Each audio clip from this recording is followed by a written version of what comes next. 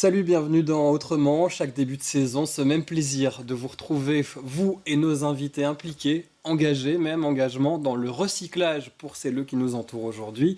Ils tentent de faire face à l'obsolescence programmée de nos appareils informatiques, électroniques ou électroménagers. Reconditionner, c'est optimiser au maximum la longévité de nos appareils, histoire de ralentir des rythmes de production effrénés, mais aussi de limiter nos déchets. On verra qu'ils sont particulièrement polluants. En plus d'être l'un des piliers de l'économie circulaire, le reconditionnement permet de créer de l'emploi et de lutter contre la facture numérique. Vous allez le voir.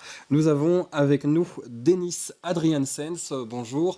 Bonjour. Vous êtes cofondateur de Circular Brussels. C'est un collectif, une ASBL, qui prône le reconditionnement, particulièrement du matériel informatique. Depuis quand vous existez, Denis ? Exactement, on existe depuis 2019. C'est assez récent, hein. Vous êtes c'est assez l'association la plus récente ici autour de la table. Oui, on a participé avec un appel à projet de Be Circular, de Bruxelles Environnement, et on a gagné ça, et ça nous a aidé d'accélérer nos activités dans le recyclage et notamment le reconditionnement de matériel informatique. Et on verra des images de comment ça se passe chez vous dans votre dépôt. Alors Anne-Marie Borbouze, vous êtes venue pour accompagner Denis aujourd'hui. Vous êtes représentante de l'association Play for Peace, une association qu'on connaît plutôt dans le domaine plutôt du sport. Allez, c'est l'inclusion sociale des jeunes. On vous connaissait dans le sport. Ici, on va voir que le reconditionnement informatique peut aussi permettre l'inclusion de jeunes. Tout à fait. J'imagine qu'on aura l'occasion de parler un peu plus en profondeur du projet. Mais effectivement, c'est l'idée de donner un outil supplémentaire aux jeunes moins favorisés dans l'insertion professionnelle. Parce que le matériel informatique, forcément, c'est des choses que les jeunes connaissent, hein, finalement, parfois mieux que d'autres. On parlait de réinsertion professionnelle. Maroussia Del Marmol, bonjour. Bonjour. Alors vous faites partie de CF2M. C'est un centre de formation 2000, avec cet atelier CF2D qui est spécialisé dans le reconditionnement d'appareils informatiques, en fait. Oui, tout à fait. En fait, donc on a été créé en 1985 comme centre de formation professionnelle en informatique. Donc on est vraiment spécialisé dans le développement web, animateur multimédia, technicien support PC réseau et digital designer. Et donc on s'est rendu compte assez vite que le public dont on s'occupait n'avait pas les moyens de se payer du matériel informatique. Donc début année 2000, on a créé au début dans une cave du centre de formation, un atelier de recyclage et de récupération de matériel informatique. Et donc on formait du personnel à petite échelle pour que nos bénéficiaires en bénéficient. Donc voilà, c'est comme ça que ça a commencé, mais ça s'est maintenant agrandi. On a un vrai atelier. Oui, et aujourd'hui, le reconditionnement a une autre saveur aussi, un autre intérêt en tout cas, avec ce qui se passe au niveau du contexte écologique, etc. Vous sentez vraiment que vous pouvez être acteur de quelque chose qui bouge ici à Bruxelles quand on parle de reconditionnement? Oui, tout à fait, parce qu'en fait, les gens ne se rendent pas compte du tout que leur matériel peut continuer à être utilisé, et pas juste un an ou deux, mais même pour plusieurs années. Donc, quand on récupère du matériel, on essaie qu'il y ait cette durée de vie de plusieurs années. Donc, c'est pas juste on achète du matériel d'occasion, donc on a un an, non. Et donc, c'est vraiment important pour que les gens sachent que même si eux ne savent pas les mettre à jour et réutiliser le matériel, ils peuvent le confier à des associations qui leur mettent à jour et faire bénéficier des gens qui ne peuvent pas le financer. Alors le recyclage, ça connaît aussi les petits riens. Marc de Meuser, bonjour. Vous travaillez au centre Horizon, ce centre de formation qui fait partie des petits riens. Donc les petits riens, tout le monde connaît, c'était important de vous avoir aussi sur ce plateau quand on parle de reconditionnement. Et le centre Horizon, vous formez des gens à réparer surtout de l'électroménager. Voilà, depuis 30 ans. Donc 30 ans que le centre existe. Et donc l'idée, c'est de mettre à l'emploi avec un métier dans les mains, métier de technicien en réparation d'électroménager. Et de ce fait, en même temps, on participe en cela à la reconversion d'appareils et la remise sur le marché avec des prix qui sont abordables justement dans le même cadre que mes autres personnes ici. Donc c'est de faire 30% du prix de vente par rapport à un prix neuf de l'appareil. Donc on est vraiment avec Parmi l'offre tous vos sociale. projets, on sent qu'il y a cet intérêt de recyclage, l'écologie, mais aussi l'insertion sociale, la fracture numérique aussi, lutter contre la fracture numérique. Alors, avant d'aller plus loin, parmi tous ces sujets, je vous propose d'aller visiter les ateliers de Save 2D. Ça se passe à Anderlecht, le long du canal, et j'ai été rencontrer le chef d'atelier là-bas qui nous présente un petit peu les lieux. Comme ça, vous mettez une image sur comment ça se passe dans des ateliers de reconditionnement. Les collègues vont chercher le matériel dans les entreprises quasi tous les matins. Ils amènent ça ici. Le matériel est recensé, pesé, trié et puis dispatché dans les 4 zones de travail qui sont la zone PC, la zone portable, tout ce qui est réseau et le démantèlement. Et on va trier les machines selon des critères de réemploi qui sont que la machine doit avoir une durée de vie potentielle de 4 à 5 ans encore. Et alors elle va être réparée avec des pièces qu'on va récupérer au démantèlement, des pièces qu'on va récupérer dans d'autres machines. Et elle sera revendue ou donnée selon les demandes. Je fais le contrôle. Donc nous avons un disque, nous avons la RAM, donc tout est complet a priori. La batterie n'a pas de défaut visuel. Les cellules ne sont pas gonflées en soi. Il y aura juste à formater le disque dur, enfin le disque SSD. Ici, c'est notre petit labo. Et en fait, on s'occupe de la destruction des données sur les disques durs, les SSD. Donc en fait, ici, vous voyez le programme qui tourne. Donc il y a une dizaine de disques qui sont en train d'être effacés afin qu'on ne puisse pas récupérer les données, puisqu'ils sont remis sur le marché par la suite. Ici, c'est du 3 passes. En fait, c'est comme à la NASA. En fait, ici, le formatage qu'on nous a demandé, c'est irrécupérable. Pour chaque disque dur formaté, on crée un certificat qui est renvoyé à la société, qui est une preuve en fait, de l'effacement total des données. On vend beaucoup de machines, c'est des bénéficiaires du CPS qui sont envoyés ici pour récupérer une machine qui est financée par le CPS. En général, ce sont des ordinateurs portables qu'on voit là. Il y a aussi des dons qui sont faits à des associations, ça dépend de leur projet, on peut toujours le voir avec eux. Alors, des entreprises nous contactent pour reconditionner leurs propres machines et leur retourner pour qu'ils en fassent don à leur personnel ou à une association. Ça, on le fait aussi assez régulièrement. Voilà pour l'atelier de Save 2D. Alors, Denis, chez vous, à Circular Brussels, vous vous êtes situé de l'autre côté de la ville, à Evere. Ça se passe à peu près pareil, finalement. Je suis venu vous rendre visite. Vous récupérez aussi le matériel informatique. Il y a ce tri qui est fait. Et puis, on répare, ça y est, on efface les données, on répare. Oui, bien sûr. On a un service qui est tout à fait gratuit pour les sociétés. On collecte leur ancien matériel informatique qui est amorti. Et on le reconditionne, on le réinstalle, on efface les données à une façon sécurisée aussi.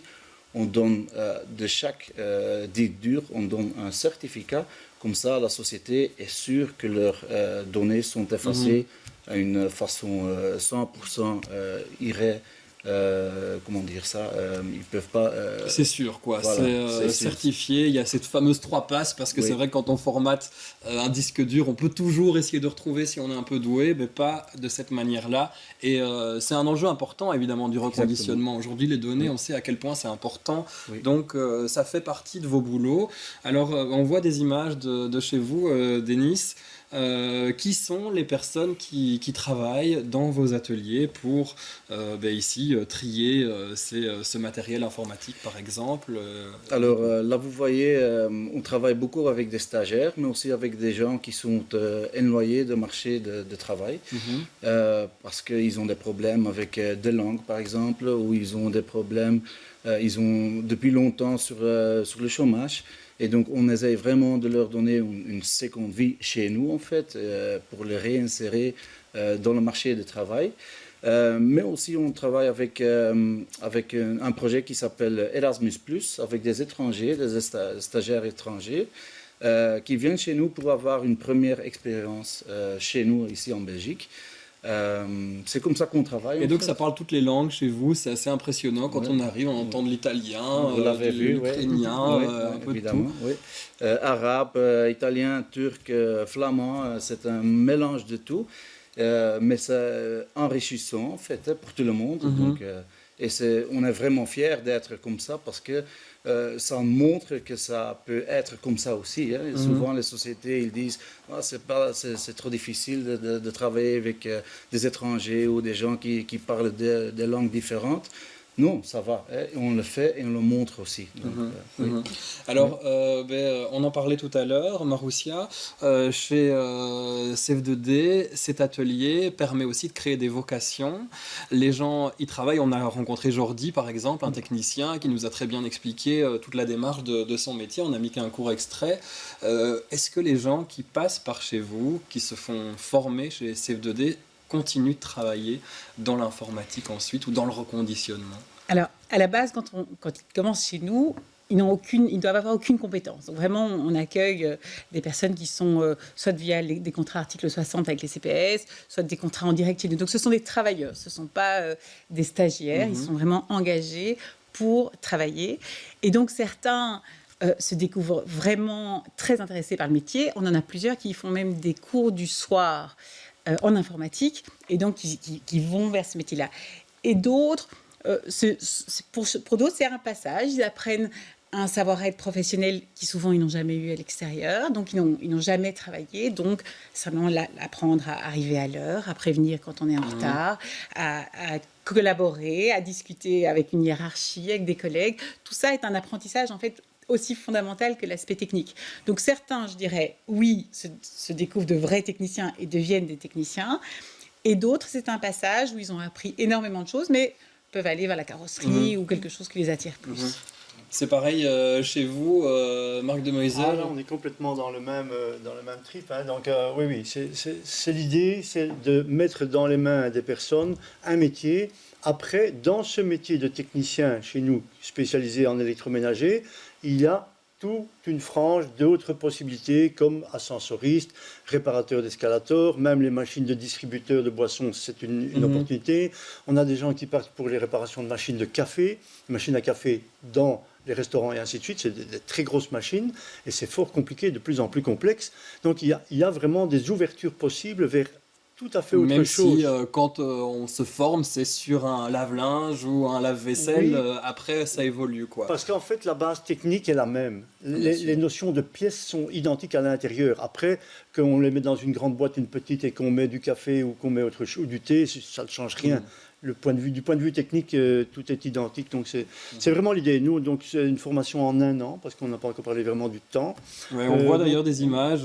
Ça, c'est la formation que voilà. Et donc, propose. on voit les cours théoriques qui sont donnés également. Donc, on a 700 heures de cours théoriques, 1000 heures de cours pratiques en atelier. Et donc, tout est lié, tout est fait pour qu'on suive de la théorie vers l'atelier et que tout se suive au fur et à mesure, pour qu'en fin de formation, eh bien, on ait un examen final avec un jury, et le jury est là pour engager. Donc ça, c'est notre leitmotiv aussi, c'est de dire, vous venez voir nos stagiaires, mais vous devez avoir déjà une idée d'embauche derrière la tête, de façon à ce qu'on puisse déjà leur donner un projet et une vision future. Déjà, le stagiaire, il passe un examen, c'est déjà compliqué, c'est déjà lourd, hein, ils n'en ont pas fait des tonnes dans le passé, donc pour eux, c'est vraiment apprenant. Et là, ils se disent, allez, c'est pour un job, quoi. C'est vraiment pour y aller, et cette fois-ci, on démarre. Donc, voilà. Ça, voilà l'impact social que peuvent avoir finalement ce qui aurait pu être des déchets informatiques, électroniques, électroménagers.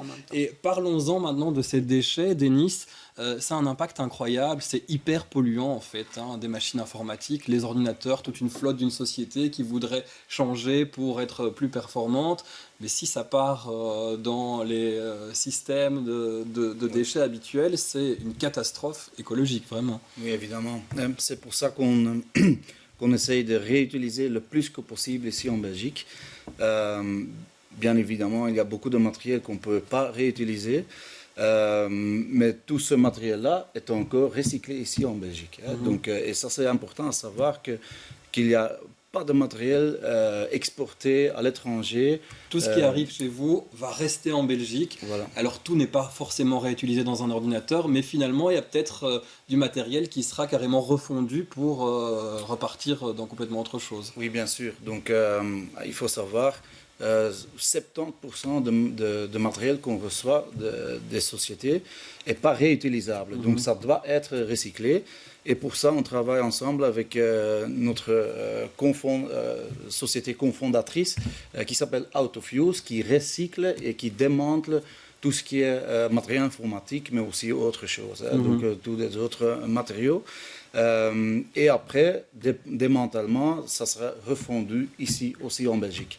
Donc comme ça, on est sûr plutôt que ça aille dans des pays en voie de développement en Afrique où on n'a pas de contrôle comment ils traitent des déchets. Parce que c'est toxique évidemment cette matière oui, aussi. Bien sûr, Et donc au niveau matériel, en fait, oui, nous on parlait des pourcentages, mais donc nous on est à peu près à 60% de déchets, 40% est recyclé, sur déjà des machines qui sont déjà triées à l'avance. Donc vous ne prenez pas tout. On ne prend pas tout parce qu'en fait l'idée c'est que vendre une machine qui est énergivore, ben, ça n'a pas beaucoup d'intérêt. Si quelqu'un n'a déjà pas beaucoup de moyens et qu'on lui vend une machine pas chère mais qui consomme beaucoup, ben, on n'a pas fait avancer le schmilblick. Oui, donc l'idée c'est vraiment ça. Donc on est avec 40%. Mais, je l'expliquais aussi entre nous, c'est que donc, dans ces machines qu'on va démanteler, puisqu'on ne veut pas les réparer, ça coûterait trop cher, on va récupérer énormément de pièces. Et ce sont ces pièces qu'on va pouvoir replacer dans les machines pour les réparer à moindre coût, alors que ce sont des pièces qui n'ont pas d'usure. Évidemment, si c'est des pièces usées, on les remet au tri. Oui, c'est ça l'idée du reconditionnement. Il y a tout ça qu'on peut réutiliser plutôt que de jeter. Alors évidemment, ça demande du tri, ça demande d'avoir des locaux immenses. C'est le cas d'ailleurs pour vos 3 boîtes. Marussia, c'est toute une organisation, ce tri, la base du tri.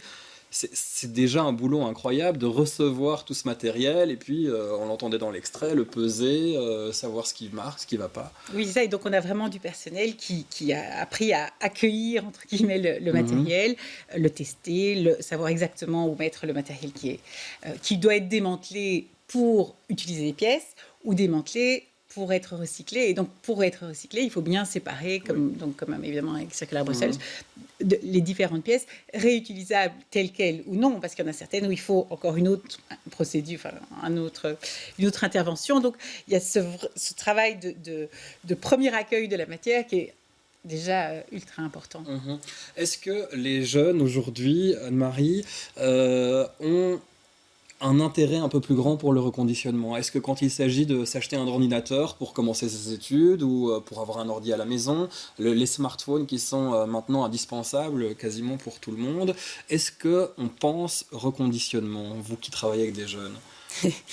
C'est une question un peu délicate dans le sens où j'aurais du mal à répondre pour tous les jeunes et même plus précisément par rapport aux jeunes qui font partie de l'association parce que chacun est différent, a un backup différent et un parcours différent. Par contre, je peux répondre au fait que certains jeunes, oui, effectivement, ça fait partie de leurs objectifs au quotidien. Et également, Play for Peace en fait partie du SDG 2030, donc les objectifs de développement durable. Et donc, en ce sens-là, ça a attiré certains de nos jeunes. Et justement, le projet qu'on est en train de mettre en place avec Circular Brussels, c'est justement dans cette idée d'offrir aux jeunes en fait un atelier de tout ce qui est maintenance et reconditionnement informatique. Et donc c'est quelque chose qu'on est en train de mettre en place. C'est un projet pilote. Oui, c'est ça. Donc parmi tous les projets que vous avez, c'est vrai qu'on voit, par exemple, il y a une entreprise française, Back Market, en reconditionnement, qui vend de plus en plus de téléphones pour des particuliers. Est-ce que c'est un jour possible en Belgique? Est-ce que vous pourriez imaginer, Circular Brussels, de devenir un revendeur de téléphones pour des particuliers, pour des personnes qui utilisent leur téléphone dans la vie de tous les jours? On voit que vous travaillez aussi sur des téléphones, c'est pas forcément facile. On va le voir sur ces images qu'il y a des employés qui sont là pour ça, vraiment pour trier les téléphones portables qui vous arrivent d'entreprise ou d'ailleurs. Oui. Alors, oui, bien sûr, pour répondre à votre question, actuellement, jusqu'à maintenant, on n'a jamais travaillé avec des particuliers parce qu'on a toujours redistribué notre matériel informatique par des organisations, les CPAS, les écoles, des choses comme ça. Mais on voit qu'il y a quand même une grosse demande des particuliers aussi, et notamment pendant la crise Covid qu'on a vue, il y avait une demande énormément. et même les MediaMarkt ou les Vandenborg, ils ne pouvaient pas répondre aux questions. Et c'est justement là qu'on a shifté un petit peu vers le marché reconditionnement. Hein. Et maintenant, on va commencer à fournir aussi des ordinateurs portables, des desktops, des tablettes, des smartphones pour des particuliers. Pour que c'est bien pour leur porte-monnaie, mais c'est aussi bien pour l'environnement.